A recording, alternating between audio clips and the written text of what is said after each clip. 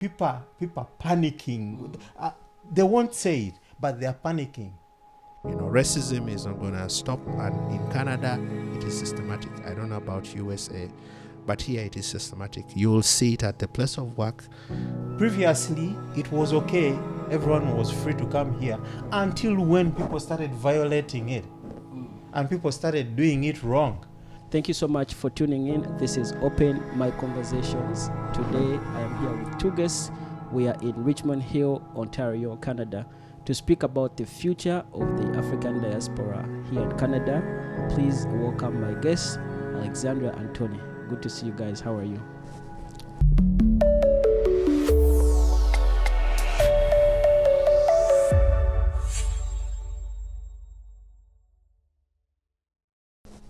Very well. How are you, Paradise? I'm doing well. Thank you so much. Nice meeting you. Nice meeting you. Seeing you again, because I saw you in Washington. The Fourth time, and I'll be back. It's cold. Toronto is much colder. Boston is not cold yet, so I was not prepared for the cold.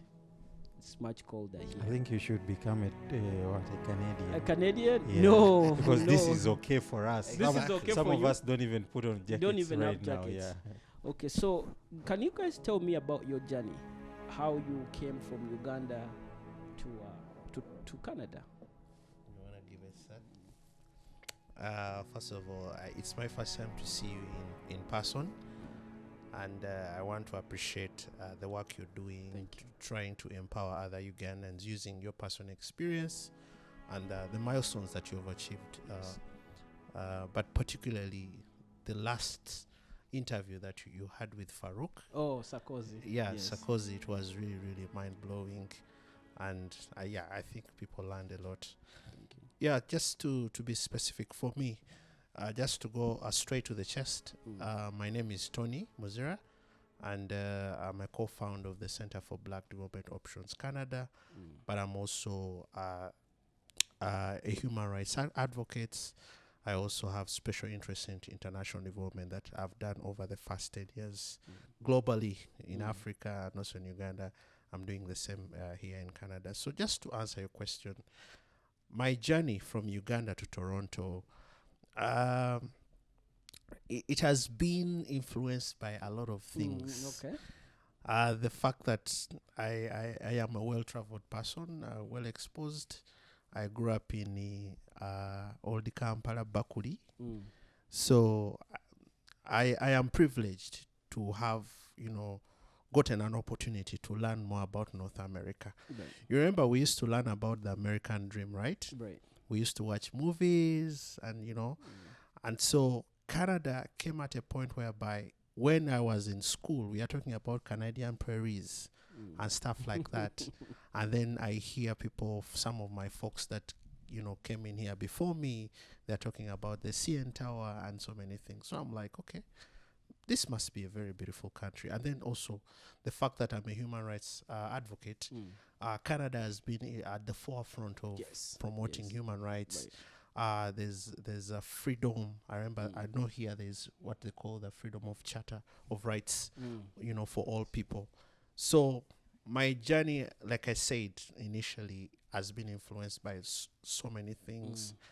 And the fact that I was working in international development, I got an opportunity to be invited at the International AIDS Conference, which happened in 2022.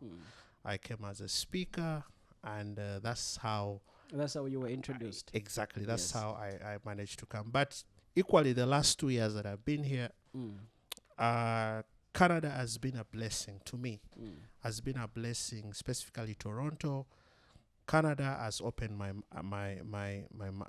eyes.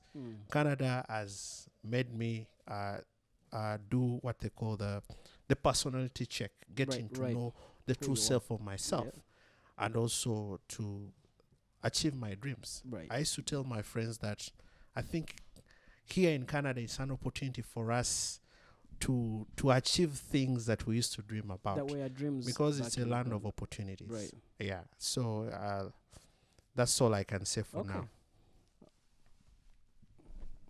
Thank you very much. It's a very nice story to relate to.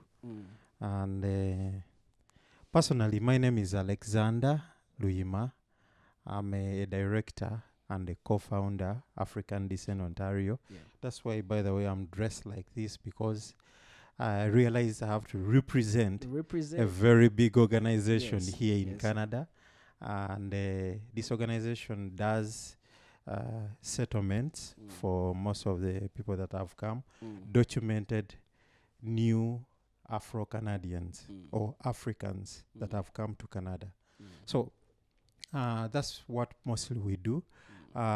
Personally, I came here through a conference, and it is called Mindful and Meditation. It was 2017, towards the end. That is 2018, around there. So when I arrived here, I didn't know a lot.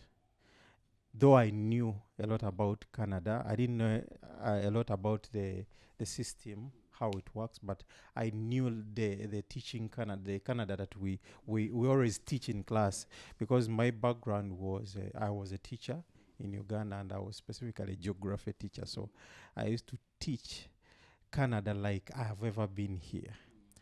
To my disappointment, the years I've been here, I even went back and told them, guys, can you change the curriculum? Because looks like you're teaching people what doesn't exist, what actually. Some of the things we teach in Uganda are not even here. I asked why, then they told me these things were written by someone they trusted. So it's totally different, and the exposure that I have got here, I think we should do a lot of change. When I came here as a new person, it was really challenging, because no one was helping by then. And we used to have this inferiority complex. I don't know if I've used the right word, where I used to say, this one is a new person in Canada, so they don't get the privileges as the old person. So we used to be left out most of the time. But thank God things have changed with our involvement and a few elders. We've realized that we are hands-on when it comes to helping people, and life is getting better. It's not yet there. I'm not yet there, but at least I'm getting better when it comes to passing through the Canadian system, and I make sure all the people that are coming in don't get the worst experience that I got here. So, when you came into Canada, what are some of the things that surprised you, or what are some of the things that are different from Uganda, but you did not expect them to be different? There are things like weather, you knew was going to be cold. That's expected. But what are some of the unexpected differences that you found? Actually, you talked about weather, but let me tell you one thing. There is what we call ignorance. I was in the UAE for around 4 years, and to my surprise, when I was leaving the UAE to come here, I bought winter jackets from the UAE. You know there is winter there, right? So when I bought those winter jackets for UAE, I thought they would work here. Then when I reached Pearson around April, I almost fainted because of the coldness, and it was fall, but it was too cold for me. Then those are one of the some of the shocks that I'll never forget. And another thing, you have to get prepared. Canada is kind of different. Very many people claim that they have traveled so well, that they are exposed to the travel system. Canada's ports of entry are so different. You bear me witness. Like closely related, US checks so much, but Canada is kind of freestyle. If you know what you have to do, you just find yourself past everything. So it was easy for me to pass through, and it is still easy for me to find ways, and I'm starting to penetrate through the same system like US. I pass through the same way because now I'm exposed. Another challenge I got here was food. Food, yeah. Yeah, food. I'm not the kind of person that eats a lot of matoke, but when I came here, I was introduced to what we call sandwich. Oh my God. I realized the diet here is so different. I'm going that direction of diet because it has affected me more. Like later on, I'll tell you. Diet here is so much into sugars. You realize that everything even chicken, has sugar. Even chicken, even peas, even beans, everything has sugar. Yeah. So if you see someone not gaining weight, then just know there's something wrong. If you realize you don't gain weight for all the time, you've been here and you're eating the actual food. Weight, yes. Yeah. So we have to be very careful on that. Another thing is about the more we come together, the more we get. I think, I don't know if I'm supposed to even say this. The more Ugandans come together, or the more Africans come together, the more we get distant. I don't know if you guys have realized that. No, talk Like, about that. like we get a lot of challenges when like as Africans, when we start getting communities, bigger communities, we start getting a lot of challenges. Like people start having grudges and people start fighting. But I think that's human nature. When you Is have a it? lot of people that are of the same species or any animals of the same species, there's going to be conflict. But you know what's good about that? Because I've seen the same thing in Boston. It's good to have that conflict. Really? Because with that conflict, there will be people that don't want to be a part of this group, so they'll go on to start their own communities. And if that keeps on happening, then people have choices. I'll give you an example, like our churches. There's one building in Waltham, in the city that I live. It's a building. There's 3 Ugandan churches in one building, not on the same area. And they all come and pray and on they, the Sunday. and even some families come and park. They drive the same car and park, and some go to this church and others go to this church. Same household. Someone will call that funny. So it's funny, but I think when people have options, it's better than them not coming together. Ideally, we would want everybody to come together so we can work together and build one big thing. One community, yes. But I also know households where there's a mother has a non-profit that helps children in Uganda, a father has a non-profit that helps children in Uganda. And my question would be, why don't you just have one? Merge. Merge. Make one thing. But I think sometimes if you can't work, some people just would never work together. So instead of them not do anything at all, it's better they separate and do what they need to do. So and part of why we're having this conversation, because it's going to happen, while maybe at some point you have one, group of people, or maybe you have, because I know you have events in the summer, like a barbecue. Even winter we do. Right. You'll find that on the same day that you do the barbecue, somebody else is going to start picking that same day to do their event. Even today. It's so common. Even today we have like 3 or 4. Yeah, I think we have 4 events. So I think you guys have a lot to learn from. I mean, the closest community is Boston. To see and it's so funny we are talking now, but I wish someone had this conversation 20 years ago, to say this is what we have studied and learned about the Ugandan community in Boston. Do we really have that lesson to learn from Boston? Yes. Yeah, to learn how to deal with big numbers. Because as more people come, you're going to face challenges that are already known in Boston. Because the numbers are already there, they've already seen it. So if you guys can go and study Ugandans in Boston or Africans in Boston, you realize, so this is what happens. And then with that information, you can come here knowing that there's a challenge that we're gonna face, and this is how we deal with that challenge. Nice. One of the examples that I can introduce to you, the idea of owning a community building. We're doing that. That is, so the same way we talk about new people that are coming now have less challenges, but you here in Toronto, that should be at the top priority, because communities like Boston, we've wanted that. We have the numbers, but the people don't come together to do it. But while you still have some people that can come together, that should be a priority. Actually, it is Pastor Eddie Jumba that is pushing that.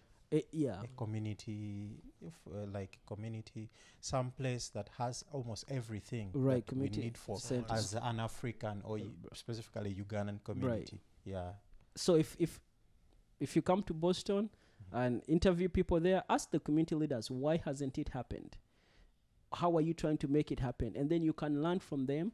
You know, if fundraising, so I think that the format they're going with right now is you sort of invest in the building.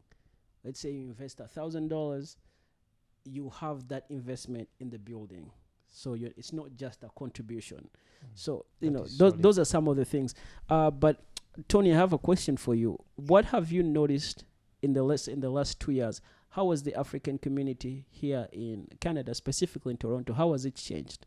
I think it has changed. Like most of the people that are coming in as newcomers are very ambitious. Yes. Very ambitious, and I think they have changed the status quo, because when you look at people that came here before us 7 years ago, like my Musei, you know, so people are coming with new innovations, new ideas. They want to thrive. But maybe just to sort of like share my experience, I don't want to speak for others. The challenge about us coming together, working as a team, I have seen like we come with so many different priorities and also come from different backgrounds. I'm going to give you an example of what we talk about so much. For example, like some people that come from UAE, specifically Dubai or Saudi Arabia, those that are working in people's homes, let's say they have been earning on average $200 per month, you know, and now they're here, they're on minimum wage. But Mr. Alexander, who was in Uganda, equally, let's say he was getting 3 million. Maybe he was working with the government or working with a non-profit like me before. Those are two different people. So the other person who was making $200 a month from UAE, and now here they're making minimum wage. For them, it's too much money. It's a lot of money. It's a lot of money. Yeah. And they will even tell you, you have nothing to tell me, you know. But for Alexander wants to earn more. It's like, okay, I used to earn $1,000, but now a month I'm making 5,000, you know, because of that sort of exposure. So we have that sort of distinction that doesn't bring us together, because we have different priorities. We have different, we are focusing on so many things. Yeah, and I've seen like so many people that have come up, they think they want to use the life they are living in other countries like UAE. I'm sorry to use that because... It's so funny you say that. I don't think you were here when we had that conversation. Maybe 10 minutes before you guys got here, we were talking about the same thing. Yeah, so someone will come and tell Mr. Alexander, I'm going to say this in Uganda. Yeah. Zenjagala nzije wano nkole emyaka gyange eki nkole miliyoni zange 5 nzireyo e Kampala. And it is written down, well documented and calculated. Okay. So it's so funny. People are still saying that. So you see, even after all the videos we have done. I just wanted to give you one sentence that is gonna sum up what you're discussing with him. Yeah. The other thing is, you talked about ignorance. One of the scholars, Albert Einstein, said that true ignorance is more dangerous than arrogance. And oftentimes I've seen that most people have been ignorant for so many years. Do you know that so many people that are not knowledgeable are being listened to? Right. And most people, when they come here, they share advices to themselves. People who share advice to them, they are fellow newcomers that don't know anything, and they believe it, and they end up making mistakes. So now, Mr. Alexander has been here, for longer. Even if he comes and says something, they'll say, he's talking trash. Yeah, he has been those older guys. Exactly, he has nothing. He's taina cha tugamba. You know what I mean? So that is where we find that sort of mismatch. Right. That the other person, his goal is to make quick money, go back home and invest. And they are looking at small investments. For me, I'll be honest for you. Yeah, rentals. For me, yes, those small over 100,000, 250, but we are not thinking big.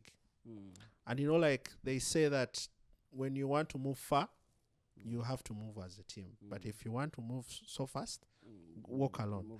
So if we put that sort of slogan into together, we come as a team. And I usually tell Miss Alexander here that we don't need so many people. We can start with a small that have the same values, that have the same goals. Because even Noah, when he was trying to save the world, other people refused to join him. But what happened? You can't save everybody, right? What happened to them? So we used to say that we shall not wait for Karama Jones to develop. So just to sum up, in order to answer your question, I think we have different priorities. For me, I usually say that najja wano kunona bajjajja bange bye baabonaabonera mu bikajjo. You remember that song, sugarcane plantation, what? That's slavery. Yeah, slavery. Because I don't want us to come here and continue what they call mental slavery. I think you touched on something important, which goes back to what we're just speaking on, the priorities. It's really hard to tell someone to look in the future of what could be if they are trying to save up 80 millions to buy rentals in Uganda. It's really hard to tell them, okay, work, but also look at this. Focus on the future. Because you're going this way, they are going this way.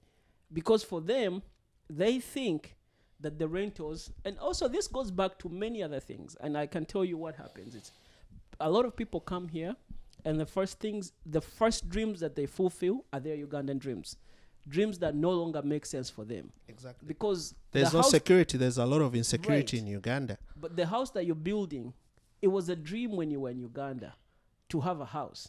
But now you are beyond that. Now you can do bigger things. But remember, in a way, they still have to convince the people back home that they are different, that they are doing well, that they're unique. So when you meet kind of people like that, it's hard to motivate them to do anything. Just to finish up, I'm gonna end with this on that very question. I feel like we are mentally slaved. As Africans. And I'm gonna say this. And I'm gonna use an example of someone who has been arrested recently. PDD used to be one of my best guys when I was growing up. So we are mentally slaved, that in a sense that we grew up in a colonial system. And now we importing the colonial system that was put in our mindset, bringing it here, not knowing that this is a system that was put up for people to work, and spend. So now, how do you manage the system? It's for you to have a goal. When you have a goal, we were talking about credit cards the other day. We're gonna get to that. And I used my example. We were on TikTok. I used my example that, hey, I was given a credit card and I was swapping. Time reached when I was supposed to get a house and I had cash. They were like, fuck off, you can't get a house. You don't have credit. Which means you're not good, you don't pay your bills on time. So I learned the hard way that, hey, this is a credit system. Back home, it's a cash money economy that we're used to. So now people need to be educated on that. Once people get to notice that, they get to know the system, and then I think then we are going to reach at some point and be on the same page. The other thing that I also wanted to finalize is for people to know that this is a first world country. I usually tell Ricky Henry that people should always know that this is the first world. I usually use the word in Uganda, there are some behaviors that you should stop, that should stop back home. Know that you're going to face cultural shock here. in terms of language. How do you speak to people? How do you, because for example, you're in the film industry, right? Right. You're gonna find people, let's say, on an event, and then you're like, hey man, I know that guy. And I'm sorry, hey, this guy is not ethical, you know. So like ethics, yeah. so ethical boundaries is really, really important, and that is what I've seen in our communities. Even at I'm gonna use that a place. I work somewhere where I'm a supervisor, but someone was speaking Luganda, and I responded in English because there was a white person in the office, and after a month back, that same white person reported that people speak their languages while at work, you know. Right. So I had to call this person, take them aside, and look, man, okitegeera tuli ku mulimu You can't. bajja kugoba. Yeah, you have to read in between the lines. Exactly. Yeah, so yeah. be Study just know that you're at work, even if you know me, don't show that you know me. Right. You know. Well, we are working focus on the Exactly. work. And when you talk about that, people think you're trying, let's say, you're showing off, or you're trying, they call it lugezi, right? You're trying to show that you're above the others, which is not. You're just trying to tell people that we have to be professional. We need to come up, we need to have ethics when we are doing things. So Africans, we still have a long way to go. We still have a long way to go, and I think this is something that the few of us that are here and others, we can, like you're doing the project right now, others will come and say, oh, so it can happen. Then they will follow us. I hope so.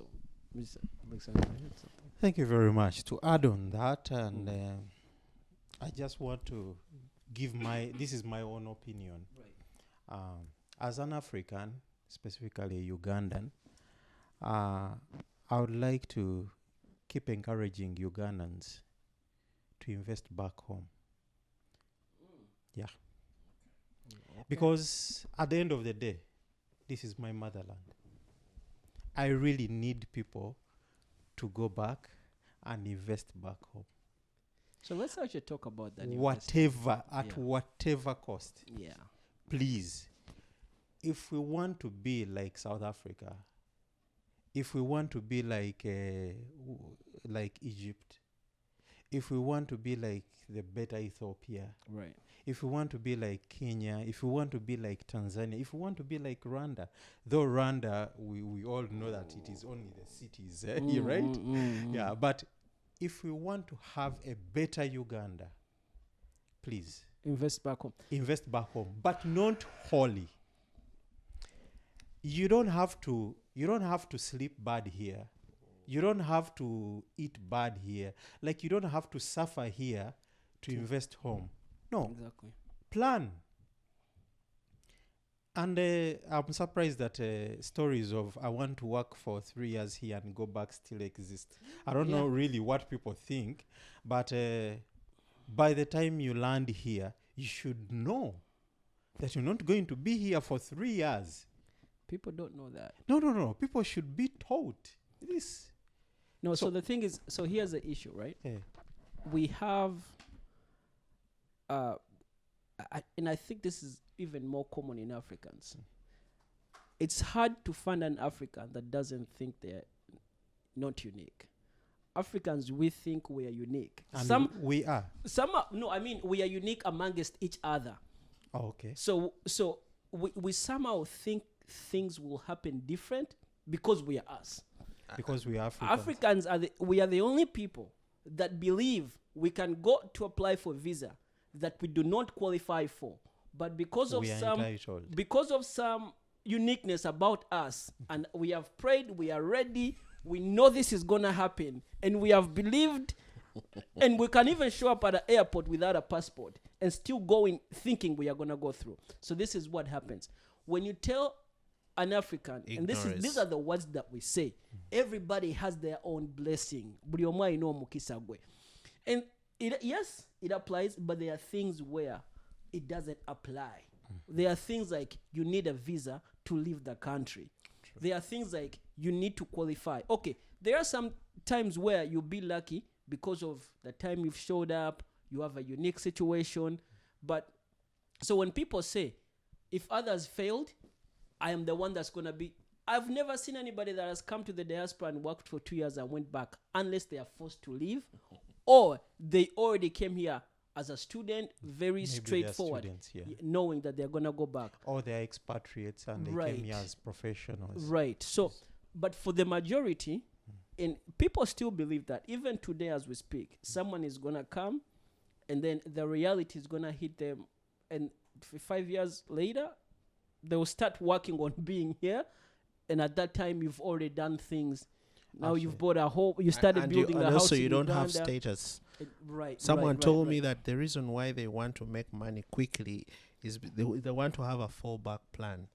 In case they don't get papers, right, they can go back. they have their investment, so they can just. But go Mr. back Alex, I home. want to I've talk seen- to you about their investing in Uganda because I was actually, the conversation really, I want to keep it generally African because a lot of the things, Yeah, they work across the board. yeah.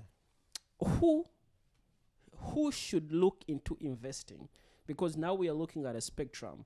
You have people that come here when they're in their teen years. You have people that come here when they are even younger. And then there's people that come here. I know a guy, I'm actually doing a film on him. He came here, I think he was 62 when he got here. He left when he was in his close to 80. So who should be looking at investing? I think everyone should look at investing in back home in Africa because at the end of the day, we have to prepare for ourselves going back there. But is that the case for everybody? No, it's not a case for everybody. That's Yeah. why I say this is my own understanding, Okay. and I won't force anyone. By the way, I said I request that you go back and invest back home, back in Africa. Yeah. Why? Because what we majorly need here is status. That is one. Two, healthcare, better healthcare, right? If we had better healthcare in Africa And opportunities. and better status where we are totally recognized as Africans, we don't have national IDs that do expire because someone said so, such things. I've seen Mennonites here. I've seen First Nation IDs. And I asked him, he's a guy of 40. I asked, well, how come your photo ID has a photo of a young kid? No, that ID doesn't expire. I said, oh, really? Yeah, that ID doesn't expire. Well, so who was this? And the First Or Nation. are they the Yeah, here. the natives? Yeah, he gave me the ID. Okay, The they have, boy is yeah. like in the teens, Yeah. and he's like in the 30s, and the ID is like 15. I say, but this is the young version of you. He said, yeah, my ID doesn't expire. No questions. Because for sure the ID doesn't have an expiry date. So if we make sure all those things are settled, or if we try, and it's us that are going to change our African countries. Right? That's why we are here. That's why we speak our languages. That's why we have organizations that have African Descent Ontario. Why? Because you want to bring back the roots. You want to teach your kids how to think like Africans. So I got a privilege that I got a son here, though I have another daughter. I take my son to Africa every year. I don't want, it's not like I'm spending, I'm spending too much, but it's not like I want to show off that I have an American son, what such things. No.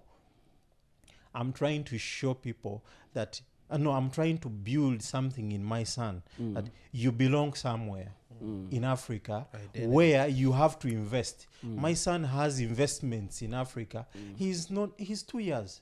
But I'm trying to build something that is nice. Yes, I'm planning for him here through insurance and RESP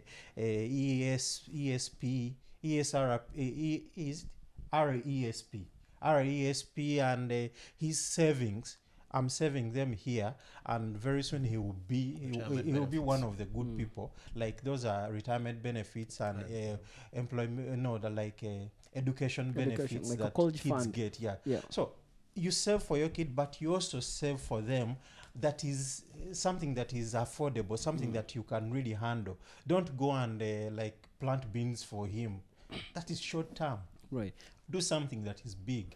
Buy land, like buy land. Then there is no bad thing like someone building a house, Right. like So building rentals. There's no problem with that. I so don't but the think. thing is Yeah. when every time for us Uh-huh. as Africans, Uh-huh. a lot of times when we talk about investing, we're talking about investing in personal properties, like a home. So I think it's good for A someone to home have has no returns paradise. no, but so it's like there are investments that you make, but they are your own. You know, it's like okay, because why is a home is an investment? Because if you don't have the home, you have to rent. Yeah, when So you go back. when you go how back- many times do you go back paradise? Oh, I'm different because Yeah, you're yeah, different. but most how people many times most do we people go back don't on don't average? right. So that's where for me I'm wondering people that let's say go to Uganda once every 3 years. What sort of investment? Okay, they can buy land. Forestry. Okay, talk a little bit more about that. You can do forestry if you really have a, because there are organizations that are in Uganda that we can trust, or that are in Africa. Like let's not centralize it to Uganda. That are in Africa that we can trust. You go to an organization, you do a bid, you write a contract, you give them you talk about the amount of money you're supposed to give them, you buy the land, you plant trees. You know, which trees do they use to make guns? Oak, right? Is Yeah, it I think oak so. wood? Yeah, I think so. The gun bats. You know the gun bats? Yeah. Those trees, I think it's called oak. When you plant those trees, they take long to mature. But when I they think mature, like 6 years. Yeah. and they don't have fruits. Right. Like someone is going to come and pick fruit. They are not used for firewood because the way they grow is so complicated. Right. So those are some of the investments. So some of the investment, like you said, is for forestry. So people should look beyond buying a house, Rentals. beyond rentals. Yeah, and beyond all that. rearing Right. goats, because but for us that go back home, go back to Africa frequently, Yeah. we can think about having rentals because I can easily monitor. And then another thing, don't invest too much in Africa when you don't have status. Come on. Actually, wait. Come on.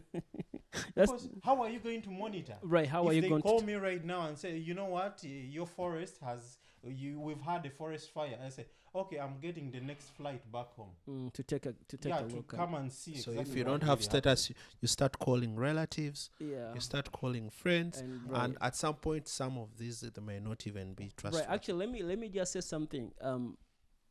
This is gonna be we're gonna move on, but about investing. So for people that have properties, in Uganda, in Africa, there are companies that will even manage those properties for you. One that I have a relationship with is called Wilkins Properties. They will take care of your property. So you go to Uganda, you bring, let's say, 200,000, you buy rentals in Uganda, and you They just even modify, by the way. so the Wilkins specifically, they're really good at what they do, because they will not just rent a place, they can build. So if let's say you bought a piece of land, you build properties, they can build other properties, so And they modify can what and is modify there. what's there. So so I think now there's options. So people have options, and I'm sure there's different Actually, I'm a versions. client with Wilkins, and they are I can bear witness. People go and try them. Yeah. So let's move on from investing. Let's talk about identity, because anywhere you go that's really not your home. I've spoken to a lot of younger people. This is the question of identity.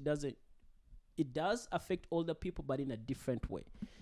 Let's talk about how identity affects who you are as an African living in Canada. Because why am I asking this? Because there's that self-doubt. Everybody that comes to the diaspora, at first, you come here, people are speaking a language you thought you understand. We don't speak English. No, we don't. As far as the Canadians and Americans are concerned. Actually, we are meant to be in London. Right. So, but as far as the Americans and Canadians are concerned, you're at the bottom. it's nice that we have a good understanding, different from a country like let's say Spanish speaking countries where like Brazil, there's Russia, they're starting from scratch. But when you come here, you doubt yourself. And if you're an adult, there's an advantage that you already kind of grown, you've built character, so you know how to move forward. But a lot of younger people spend so much time, searching for who they are. And with that happening, a lot of people go into different groups of non-Ugandans so that they can sort of identify and rediscover their identity. How have you guys observed Ugandans? Have you seen anything like that, an issue with identity, or how do you manage to balance your identity as a Ugandan but also your identity as a Canadian? Yeah. So for me, I'll start by saying that one of the things that has helped us to have that a sense of belonging is the events we organize. As individuals, as organizations, because we usually come together. I'll give you an example. The other day we went for a rumbe. And last funeral. Yeah, last funeral. Is a vigil, yeah. So one of our friends in the community, they lost their mother. So they went for the burial. We didn't have time to have. So when they came back, they organized a vigil. But I can tell you, it's like people were missing each other. People used that opportunity to, to express themselves. You're like, hey, what's up? It's been a while, So those sort of events have actually helped us to reflect on reminding us of where we come from, but also have a sense of belonging. I'll give you an example. Last year, we had a crisis. So many Ugandans came in here, and they were sleeping on the streets. Shelters were full. Literally, people were homeless. Let me use that word, the Canadian word. But I can tell you, Paradise, for me, it is, I even actually, every time I meet him and other leaders, I'm like, thank you. Because it was the first time I saw Ugandans coming together. Ugandans making calls, housing people in their houses. That Ubuntu, Ubuntu. The oneness. The oneness. Like, you're like, Uganda munafalichi. Stuck. Even when the government came in, they were talking about Ugandans, that we were the first ones to come out to respond to the crisis, that we used our own church to house people. The house became into a shelter. Just imagine a sanctuary. People were sleeping in, and then on Sunday, they removed the chairs. After the service, then people come back. It was like their home at that time. So for me, I think the events and the community sort of like churches, they have really helped us to, bring that sense of belonging. But most importantly, I want to share something. In this same city, Richmond Hill, I visited a community center a month ago, and I found Chinese, they have a church, but every Sunday it's a must. Families bring their kids to teach them about China, to teach them where did China start.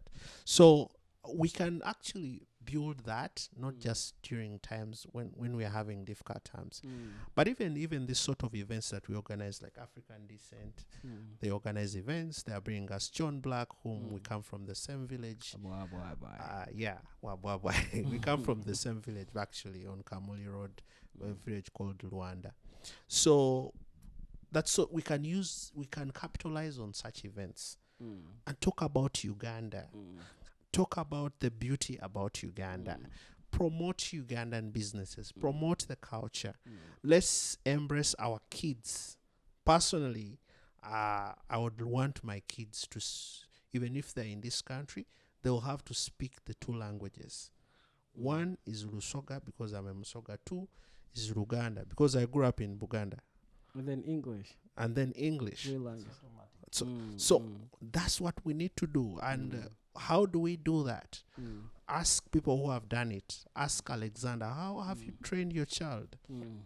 Okay, but the thing is people, because they are doing too much back home, they feel like they feel like putting in a ticket to take their child back home, it's too expensive. Last time you talked about like why people don't go back home and stuff like that.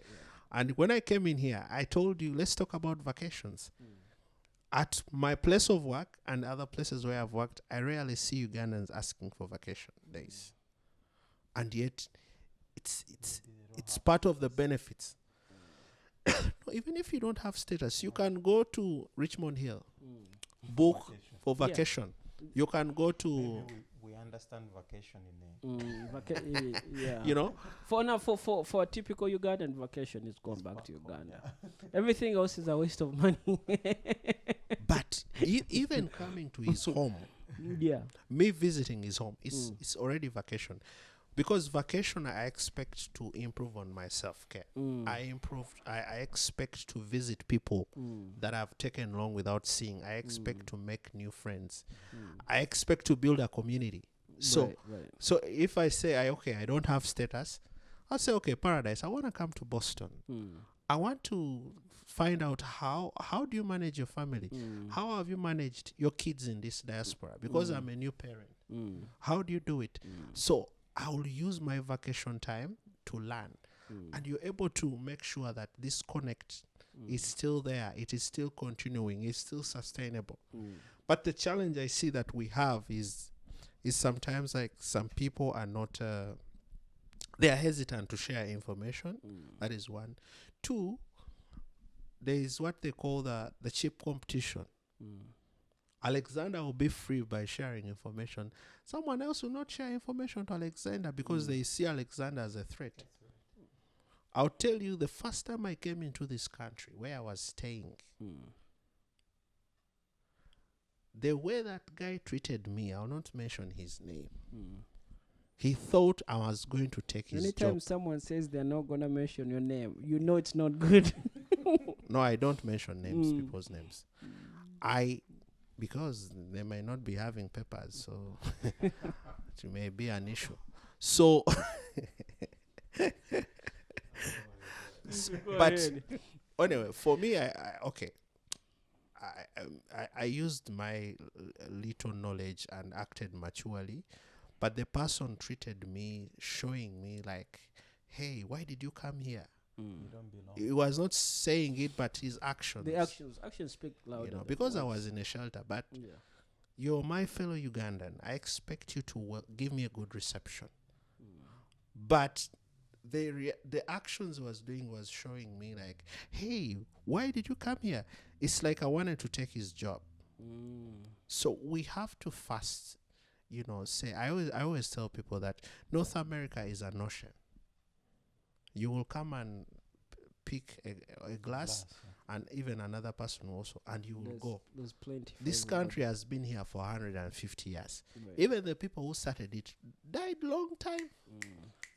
We are here enjoying on their fruits. So people should not have that sort of, and so many people are thinking that way, that if so many people come in, they're gonna take. They're gonna take our jobs. I'm gonna tell you the issue right now. Actually, permit me to speak about it. The issue around immigration right now is, last year we so many people came in, and Canada had a target of having 500,000 by 2025. But because politics is coming up, and the Conservatives have used that, to beat the Liberals. Here we have Conservatives. I know you guys have Republicans and Democrats. And that sort of like pushed us, because we feel like some people have come in and they have become reluctant. They have become comfortable being mind-boided by the social assistance. We have here social assistance. So now people lose focus and getting to know that, hey, we are in North America. North America is... Remember, you said they used to get $200. And now they're giving them $300. No, actually, some get even $800. Exactly. $800 a month? Yeah. Wow. Yeah. So all those sort of things, they distance us from having our belonging. Because Ugandans, we have developed a reputation of being hardworking people, being humble, but we have sort of lost that Mm. right now Mm. because people have different priorities, people come Mm. from different backgrounds, and that has made us lose our belonging as Ugandans. Mm. Yeah, to add on that, Paradise, give me that chance. You talked about how can we preserve our culture? What do we have to talk about? We as an Africans, how do we survive here, and how do we push? And how do we make our kids or a new generation understand our being African? Uh, I got a chance of being part of a wonderful organization.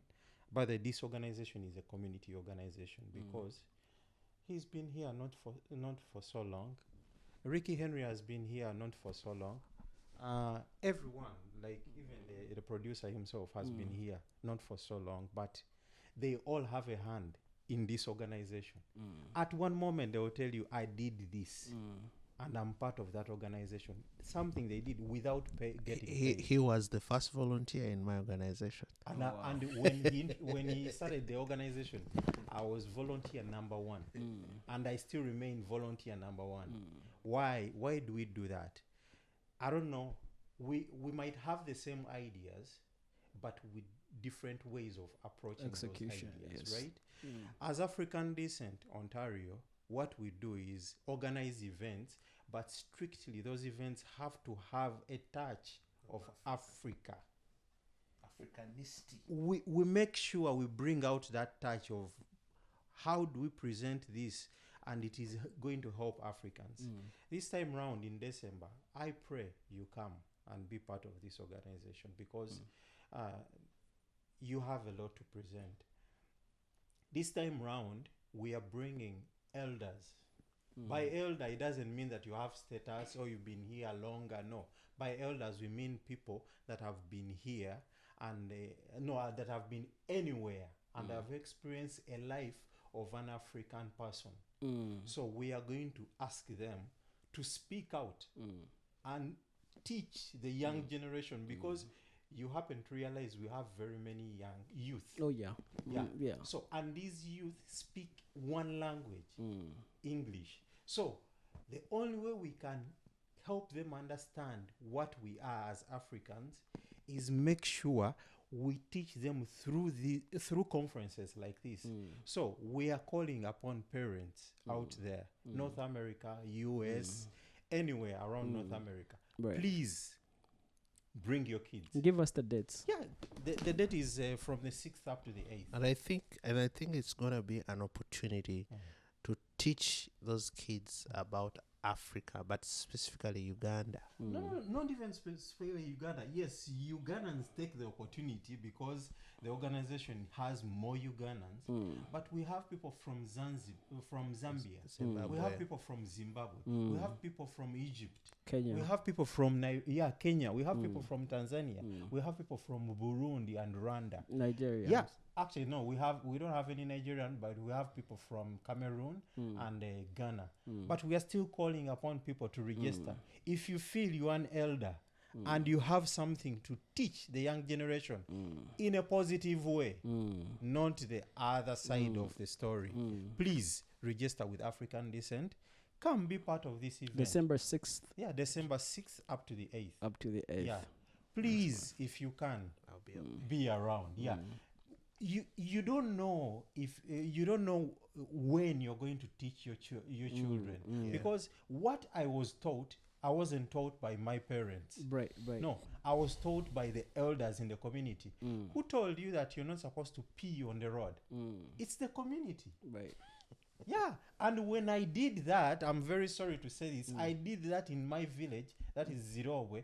I was given like serious strokes, and I learned the hard way. So that's the only way we can teach our kids, and we have that program. So those are some of the things we can do to help our community. Okay. Yeah. Okay. So let's one of the things that we were talking about Boston, and for me, why I have so much interest in Toronto, because I am observing a lot of things, and I see so much opportunity. So Thank you. the place that I live, you're welcome. The place that I live, we have everything. We have all the services an African could ever need. We have the restaurants, we have the salons, we have the barber shop, a list of churches, some mosques that have been here 20 years, some that have started like weeks ago. So we have variety, which I don't see here.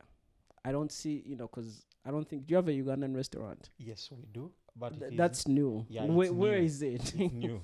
I'll take you before you go back. Okay. Yeah, So- we are going to visit you. So I see so much growth Yes. that can happen here. Mechanics, people that are in this industry, video industry. I see car sales people. I see car rentals. We have Mechanics. Yeah. We have a rental. Insurance. You have a rental, Yeah, Uganda? yeah. We have a Wow. we have a rental. So if you come to Boston, you want a car, there's someone to call. So there's so much that you guys can replicate, and part of the reason why I'm here is I want someone from the outside to say it. So we learn. You want us to learn something from the past. Like Right.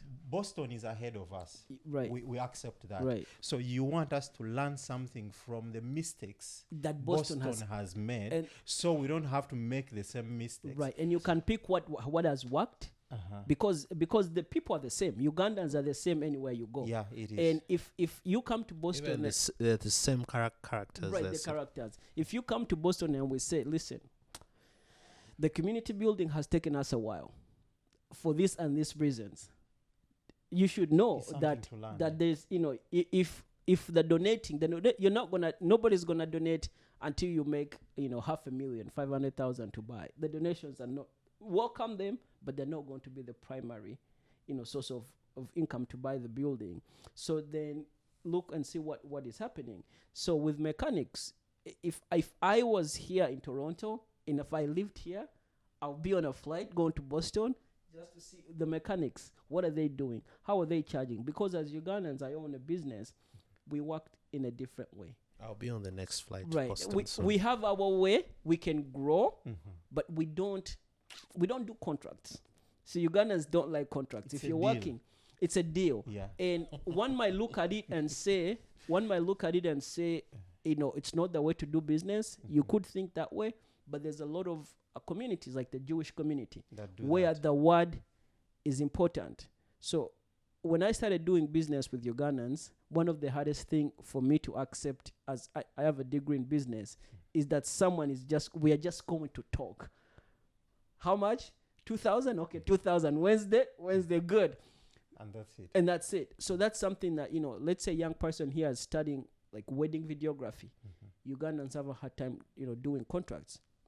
But that is such a specific example, is that they will never know that that's how things work, because they think maybe we left Uganda, we came into the diaspora. No, people don't usually change. No, we They don't. keep the same way. And you could call someone and say, let's meet up, or let's have a conversation about your wedding. They want to meet up in person. Okay, let's do a Zoom call. It's like they are used to meeting people in person to have it. So those are some of the things people here should learn. And if I had the money, I'll be starting a garage here tomorrow, because I see that. And you know what's funny? We have people that have those skills here. Exactly. Yeah. And we know them. So what we have started doing is that if I need an oil change, I'll go to that specific person. But considering the what the public policy says, Right. because we have to be very careful. You can't just open up your car in the driveway and spill oil everywhere. Right. And where are you going to store that oil? Right. It is also Yeah. something. That's why Canada is kind of different. But if they could open up those garages, of course we would support. But what's the reason not to? If you have the right paperwork. They feel it is not their calling. Someone else should start it. Then they can go Let me ahead. tell you something about Africans. If someone was to study today, don't be surprised Other when people four other people start I've the started same it. industry. That's true. That's very true. which is it's like, I don't know if you guys know about what happened in Arizona. I think I heard about it. There was not a loophole, but there was a business where you rent or buy a house, and then you get people that need people off the street or anybody that needs accommodation. and somehow you'd work it out where the state would pay you. As simple as that. So some Ugandans were doing this for a couple years. It's even here. Yeah. So they were doing it for many years, but somehow what got out, and they were talking $8,000 a week, and you would only really spend maybe 2,000 on facilitating. On facilitating. Yeah. Ugandans from all over the United States went to Arizona. Okay. And now what they were doing was ruining the business because they were not being fully registered. They were going on the street and paying people on the street to come in. And people get worried and say, why are you paying me to go there? Exactly. So before you know it, the FBI had picked it up. Many Ugandans were arrested. So that goes to say is once people see that it's working, they will start doing it. In a way, it's a good thing if they're doing it the right way and if they're putting separation. Because a Ugandan that has a garage here in Richmond Hill and another one having a garage in New York, there's enough space where there's preference, but you'll be surprised they'll be right next to each other. Just to add on that, additionally, that's true. Like if someone starts a garage, other 4 people, why are we even talking about garage? Why don't we talk about events? Okay, events. Something that is happening. Exactly. I'll use an example of Toronto. Yeah. As an example. So, for example, I organized a conference on immigration and refugees this year in July. African Descent, they also organize a conference on African Descent every year. Yeah. So someone else will say, oh, if Tony is doing it through Cibidoc, I can do it. Now, they don't copy it the right way. They copy it wrongly. Exact words. So there's no impact. Because I'll ask you the question, why did you organize that event? What's the purpose? That person because must be... It's the thing to do, yeah. He's making a lot of money. You know? He's making a lot of now money. Many of them are going bankrupt. So it's bandwagon, like people come in and then someone goes and say, last year I think I made about 30,000. I'm okay. I'm okay. I'm okay with that. I can feed my family. I'm fine. What is 30,000? You know. So and then they'll also stop working because of they got 30,000 from the event. So they start making more than one event. One person makes like 7 events, and yet African Descent is making one event. Let's keep overlapping. You know. So it instead of like creating an impact, it becomes a business. It becomes a business. It's commercially, and it has an effect on other people that are coming in because they're coming through these events. Yeah, and then like you said, FBI picked interest in Arizona, so immigration will also pick interest. They have already. They know. They have already done that. It's already there. You know, racism is not gonna stop, and in Canada, it is systematic. I don't know about USA, but here it is systematic. You will see it at the place of work, the Ugandan embassy. And I was surprised that the embassy had picked interest in the way people come here. I told them, why are you doing that? And he said, because previously it was okay. Everyone was free to come here until when people started violating it. And people started doing it wrong. And I said, now what are you going to do? Then the embassy, the people attaches of the embassy said, we are in the final stage. I said, what? And we already identified people that are doing it wrong. I said, oh my God. So all that time we've been under investigation. Yeah. I said, yeah. And now people panicking. They won't say it, but they're panicking. And now immigration is saying, oh, you see, now we are closing for 2 years. Now people had lost jobs. They don't have anything to do. And now they are planning and saying, now what are we going to do? Actually, apparently, as I speak, when you come on a visit visa, then you cross the border section and say, okay, for example, you came in here, we are doing the project, and you're like, I'm going to be here for 2 days. The IRCC will come in this house and tell you your 2 days are done, go back to your country. That's what is happening right now. They make people write contracts. Yeah, you sign the contract. Someone told us that they wrote it. There's some high-profile person that entered this country. Yes. And then all of a sudden they told them, No. What are you going to do? Oh, I'm going to be at a conference and I'm the guest speaker. Okay. When is this conference taking place? For how long? And how are you going to be here? I'm going to find myself like this and this. Okay. Write here that you're going back. So they told them to sign and write, committing themselves that on this day they have to be here. Failure to do that, they should sign this deportation. We sign deportation orders at the port of entry. So you sign and they will force you out. So he said, if they can do that to a high-profile person that is from Africa coming here for a conference, then what about the rest of the people? So it's because we are people to not get doing careful. business. The right way. we abuse. That's the thing. We tend to abuse things like And then like we want to accumulate wealth so fast from the poor people. And this I'm gonna say it like, because we hear reports usually we hear reports from people say, and someone says, I came through African descent, but African descent did not help you to work on your paperwork, but you're telling the immigration officer at the port, so we're not mandated to do that. exactly. We are mandated. We have special events codes. We are registered non-profit. We do everything, but we are not mandated to process anyone. And even after, because we do resettlement as African descent, we do resettlement for documented immigrants. Those that are those that are already officially documented. Actually, our events are so different from the rest of what the organization does. We organize events specifically for people that are here.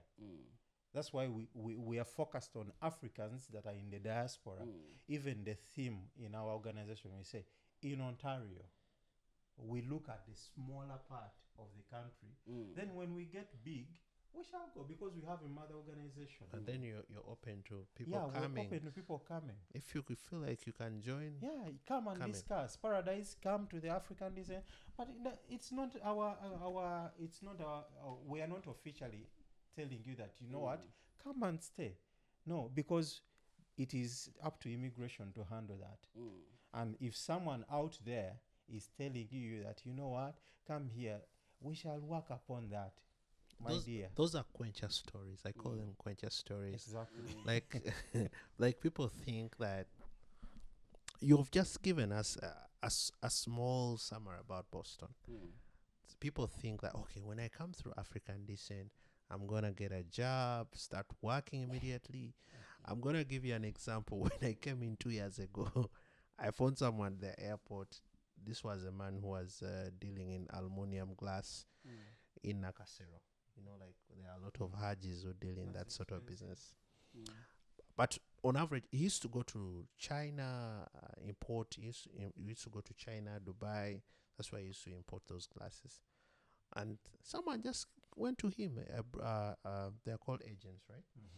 They're like, Haj, ugenda ne Canada ufuna chiralu. But the guy used to get on a monthly basis profit of 30 million Ugandan shillings. That's about, I think, $7,000. So when he reached at the airport, they are told him, the moment you arrive at the airport, you're gonna get your work permit and start working immediately. You'll be making 50 million a month. So he was with another guy, and the guy told him, muzee bakufeze wano ogenda. The guy went back to Uganda. He said, I was making my money well. I don't need to come here and struggle. Because he was not given the right information. He thought, as a businessman, he calculated, okay, if here I'm getting 30 and there I can get more than that, then why not? Sense, because he puts in a lot of money, like sort of capital to go and import, then come back and, continue the business in Kampala and sell to different people. So he's like, okay, I think let me go. And for him, he had a projection of 3 years to 4. Come here, make the 60 million for the 4 years, save, go back, invest again in the business.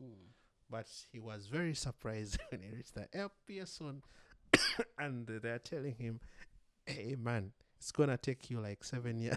Right. Wow. Like, no, I Wow. can't be in this struggle. He had to go back. Okay. But he spent over 40 million. He gave Processing. the AS for Mm. that's what he gave to the agent. So like so many people are not like well informed when they're coming in here. And I want to say this as organizers of events, it's our mandate is to give you an invitation letter. That's it. That you're inviting them to the event. I always tell And people I'm your point of contact exactly. when I come here. When they ask you, hey, how are you? Do you know anyone here in Canada? Yes, I know the person organizing The event. event. Full stop. Yeah, but I see how people have abused that. And I made it. By the way, I'm sorry even to interject. Do you realize that you have talked about this for a very long time? Mhm. How people are being tricked into traveling when they are not willing, and how people have made mistakes with the travels. But why is it that people never understand this? People never learn this. Why is it that people don't want to learn this? I don't know why. I think at some point Ugandans, not all of us, but I think we are lazy. We don't want to do research. Yeah, so I know where that comes from, because we grew up in Kampala. Anything that required a document, there's a guy that can do it.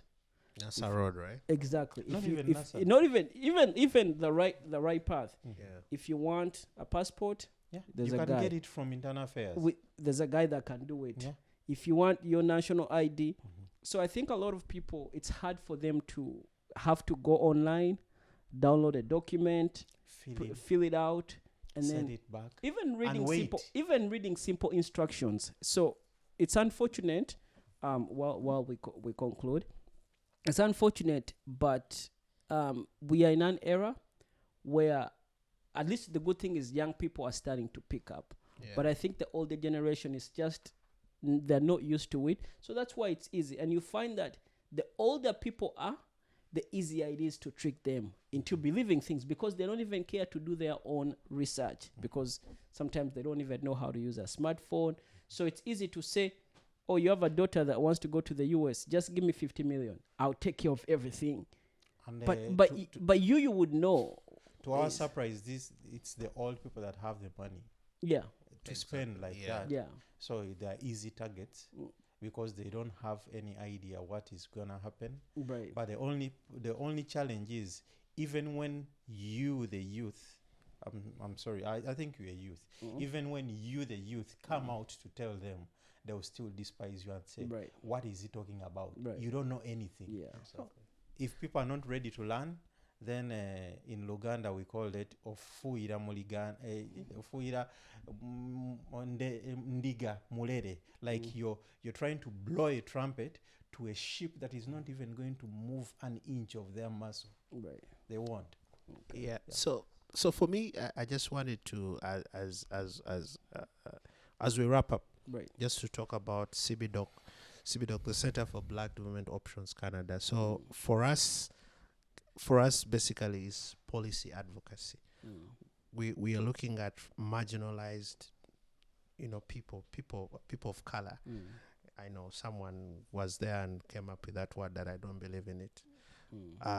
Black people, sort of like this different challenges that we go through. You come here, you have your credentials have to be assessed, but you've been in your country for 15 years as an accountant, but then you come in Canada or in America, they're saying no, your papers can't work. So as CBDOC, we try to, through our activity, we have a think tank. It's called we are developing it, the Black Think Tank for Development Alternatives, where we bring internationally educated professionals, accountants, lawyers, and sort of we have a conversation and pick up a policy issue. Let's say the policy issue is around immigration, how people are treated at the airport because they are black, how people are getting visas, how people are, challenges they go through because of the system as they're integrating through the system. Right. And we sort of like come up with sort of recommendations for legislation, changing legislation. Wow, that's And powerful.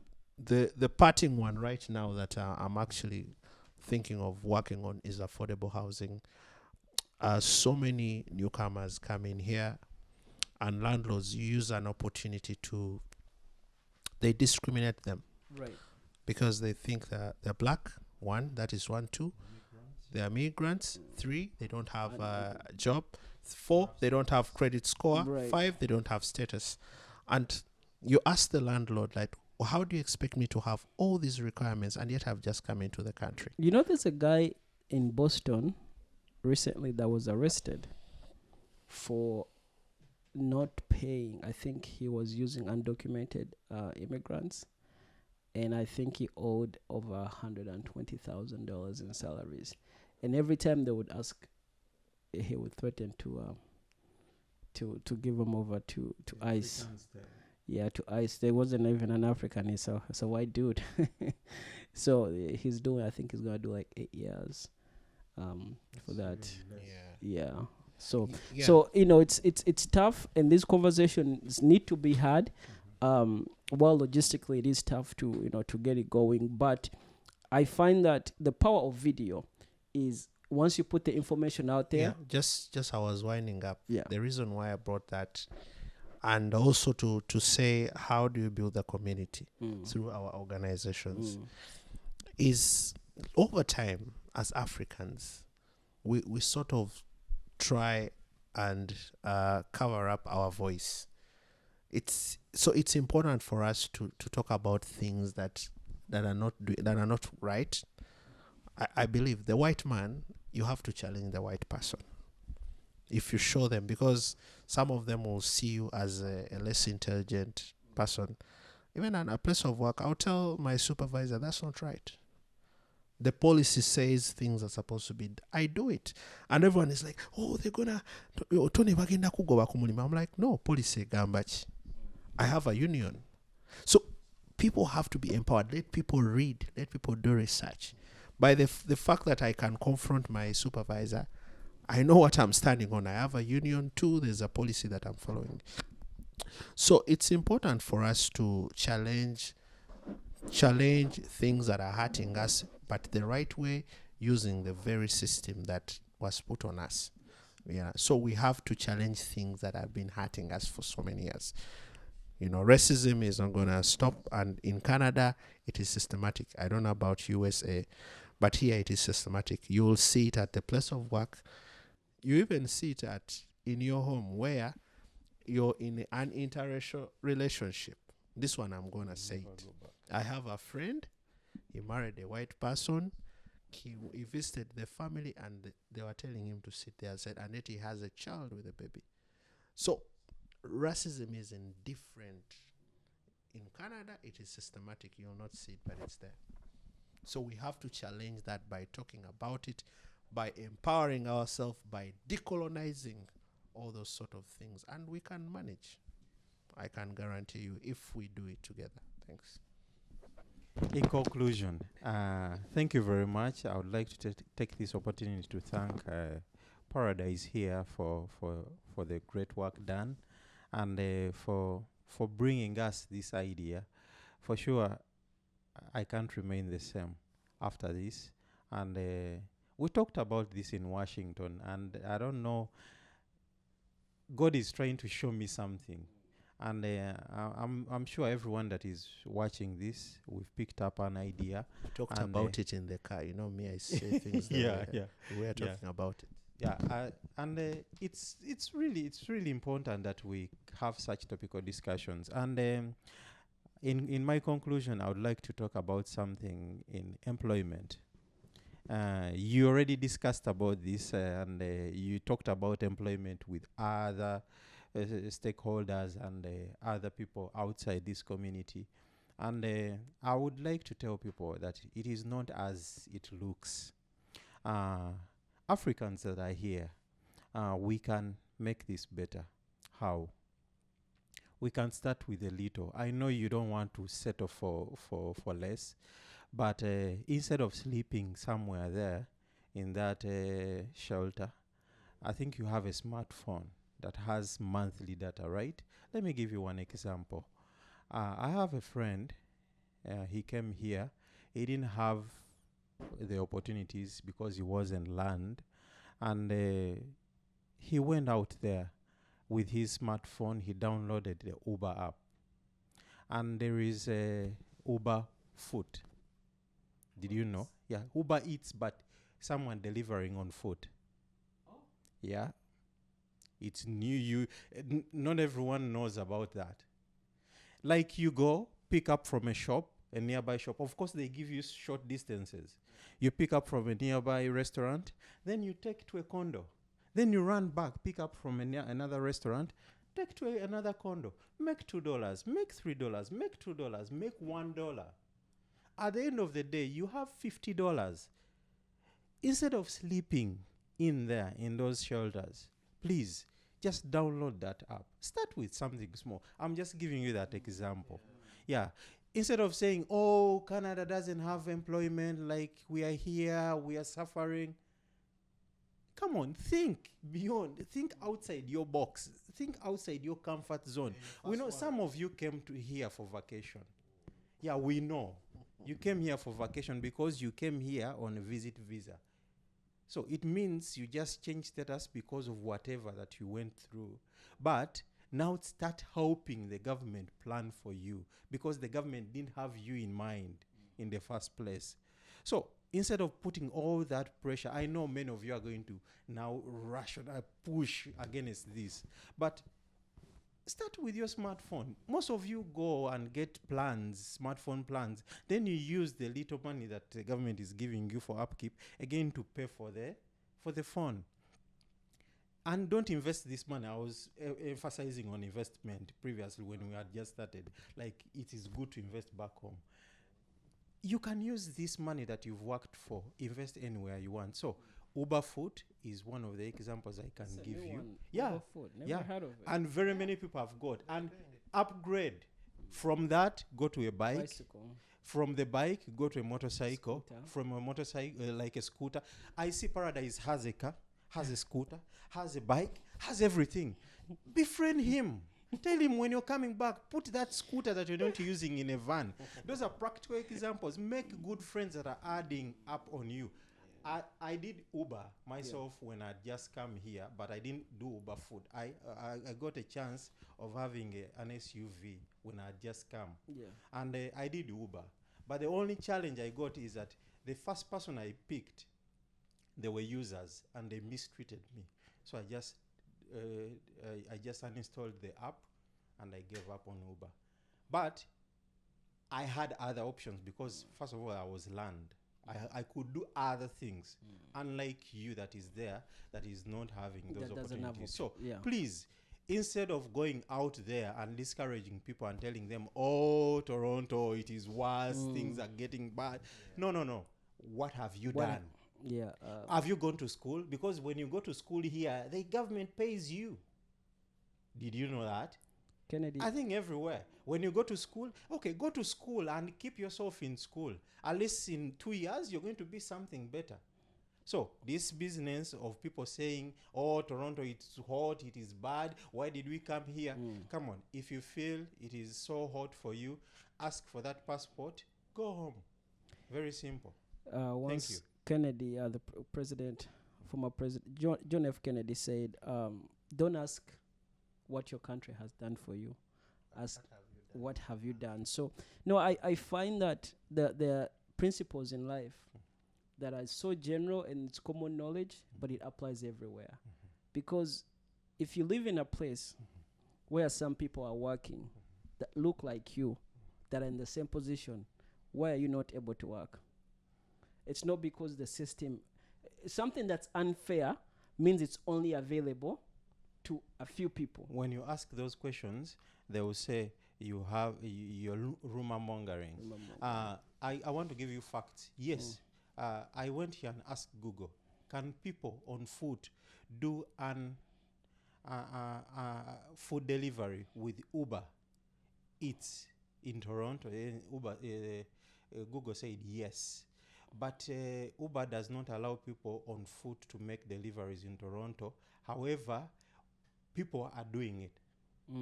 Yeah, people are doing it, and people are, as long as you pick up, because there is a way they manipulate the app and look, because there is a way they manipulate the app and look at the easier routes. Like when you're in downtown, No, actually, I'm at this is the Uber website. It says sign up for delivery with bicycle or on foot. yeah, but when you look at Google is systematic. It doesn't go deep into that. Yeah, this no. I'm on the Uber. I'm on the Uber app. Walking. I'm gonna tell you. I'm on the Uber. I'm on the Uber app. One time I ordered for food, and the delivery showed me that this person is bringing the Uber in a car.